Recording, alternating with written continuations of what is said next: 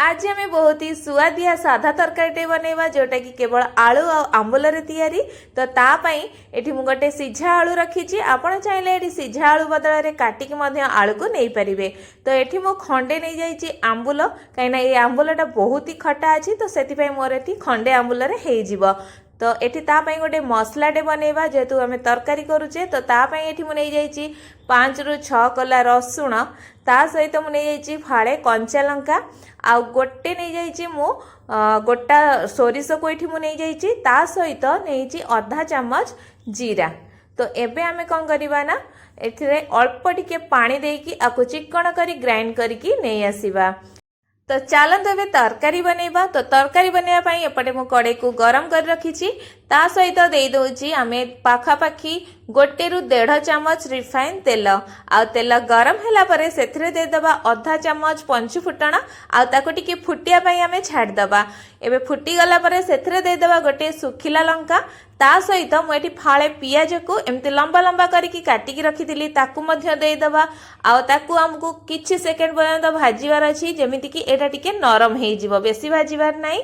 तो याकू टिके नरम हवा पर्यंत भाजी नेला परे मु सेथरे दे देछि फाळे टमाटो को जोटा के एमती लंबा लंबा करके काटिकी रखी आ याकू पाखापाखी 2 मिनिट भाजी नेबे जेमिति कि एटा टिके नरम हे जिवो। आ एटी टमाटोटा पूरा ऑप्शनल अछि आपण चाहिले पकई परिबे नाही तो याकू स्किप मध्य करि परिबे।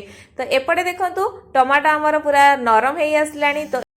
तो ए स्टेज रे मु दे दउची पाखापाखी आधा ग्लास भलिया पानी आ ए पानी के आमे टिके भलो भाबरे मसला सहित गोळे नेला परे एटा टिके फुटिया पई आमे छाडी दबा। पाखापाखी एटा 2 मिनिट लागियो भलो भाबरे फुटिया पई काहे ना एठी हाई फ्लेम आपण रखि नेबे। तो एटा फुटी गला परे ए स्टेज रे आमे दे दबा कोन जो मसला को आमे बाटी के आनी थिले ना सेइथरो एथरे दे दबा। आमे जति कि नेई थिबा आळू से हिसाब रे एथरे आमे मसला को पकेबा। तो एठी मु पाखापाखी 2 चामच ରୁ 3 चामच भलिया पकई नै जाउ ताकू टे गोळे सारला परे आमे रौ आंबुल को रखी थिले ना से आंबुल खंडक ए स्टेज रे आमे दे दबा। ता सहित दे दबा कोन ना आधा चामच आमे हळदी गुंड आ आधा चामच काश्मीरी लंका गुंड। बस ए सब को पकई सारला परे टिके गोळे नबा आमे। तो याकू भलो भाबरे टिके गोळे सारला परे आमे कोन करबा ना जो आलू को आमे जो सिझे की रखी थिले तो ए स्टेज रे आमे कोन करबा ना से आलू को एमती दरदरा खंड करिकि ने एथिरे पकई नेबे। तो जदी आपण माने काटी के आलू नै थिबे ताहाले ए स्टेज रे आलू को देई देबे। तापरे आमे दे दबा कोन ना आधा चामच करिकि लूण बा आपण आलू आ तरकारी को देखिकि ही एथिरे टेस्ट अनुसार लूण को पकई नेबे। तापरे ए सब को आमे भलो भाबरे टिके मिक्स करनबा। मिक्स कला परे ताकू घोड़े किनी लो टू मीडियम आंच रे 2 ରୁ 3 मिनिट पर्यंत भलो भाबरे एटी फुटिया पई आमे छाडी दबा। तो 2 मिनिट पर मुझे आपण मानकु देखौची एटा भलो भाबरे हमर फुटी जाईची। तो ए स्टेज रे आमे दे देबा किछि काटी के रखिथिबा धनिया पत्र आ याकू आ टिके गोळेई नबा। बस एबे हमर तयारी हे जाईची आलू आ आंबुलर तरकारी जोटा कि बहुत ही टेस्टी लागि थाए।